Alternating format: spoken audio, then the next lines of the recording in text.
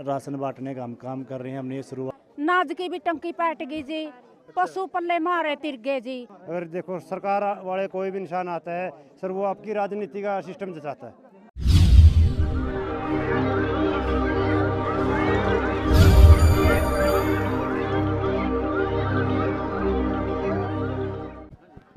दर्शकों, आप देख रहे हो जस्सी प्रोडक्शन और मैं जसविंदर सिंह जस्सी, मेरे साथ कैमरामैन अजय लोहारीवाला।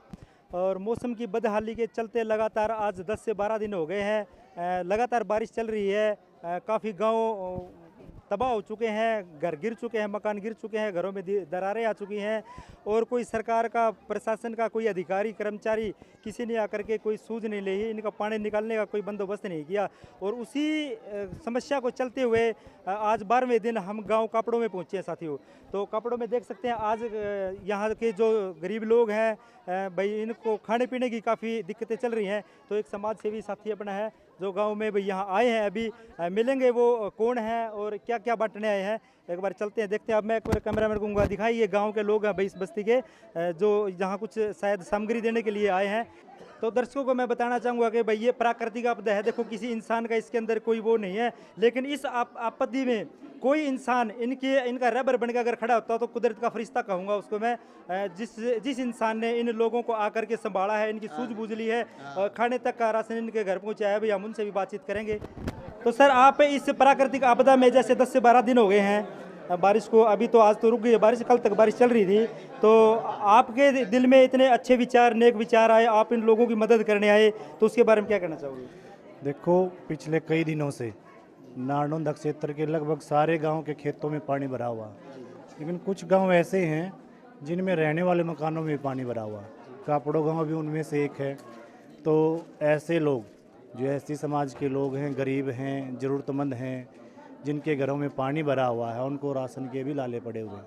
तो ये इसी सोच के साथ मैं और मेरी पूरी टीम राशन बांटने का हम काम कर रहे हैं। हमने ये शुरुआत गैबी नगर से की थी, कल हम मिर्जपुर गांव में गए थे, तो आज मैं अपने पूरे साथियों के साथ गांव कापड़ों में आया।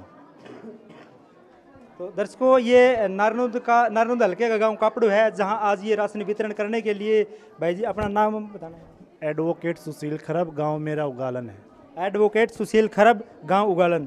तो साथियों, इस मुसीबत की घड़ी में इन लोगों के साथ खड़े हैं। ये राशन सामग्री, जो घर की खाने की सामग्री है, क्या क्या सामान है उसमें खाने वाली? ये हमने एक किट बनवाई है, उसमें 3 आइटम हैं। 10 किलो आटा है, 1 किलो दाल है और 1 लीटर सरसों का तेल है। ऐसी हमने 1000 किट बनवाई और वो 1000 किट हम जहाँ जहाँ भी गाँव में हमें दौरा कर रहे हैं, स्थिति देख रहे हैं, और जिन गाँव के लोगों की डिमांड आई है तो हम वहाँ पर इस तरह का राशन भेजने का काम कर रहे हैं।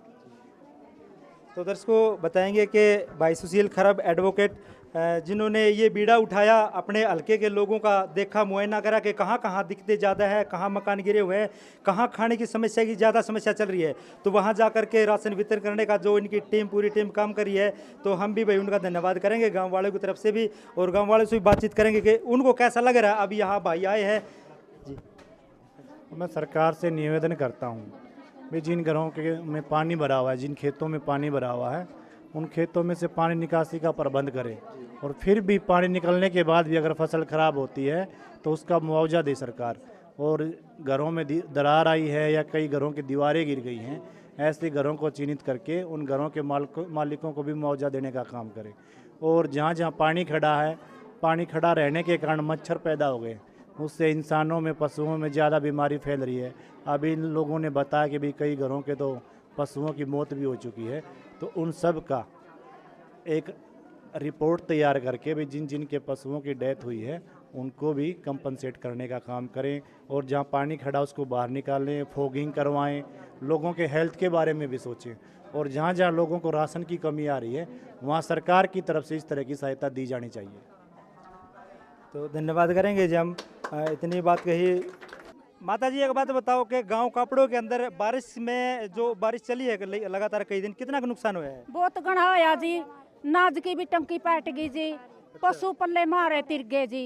हम ना जान बचा कर थे, हम बैठे अपने बच्चों ने लिए ढूंढ पड़े, जाकर देख लो डायरे हैं, इतना नुकसान हो रहा है जी। मारा मेरी जोटड़ी भी गई जी, दानिया की टंकी हैं? सब सौदा हो गया जी और पशु पल्ला वो तिर गया जी हमारी तो दर्शकों बताएंगे कि बहुत ज़्यादा नुकसान है गांव कपड़ों के अंदर, मकान भी गिर गए हैं, पशु भी निकाल दिए हैं घर से। इस वजह से अगर देखो सरकार वाले कोई भी इंसान आता है सर वो आपकी राजनीति का सिस्टम चाहता है। हमारे गरीब आदमी की कोई हेल्प नहीं हो रही।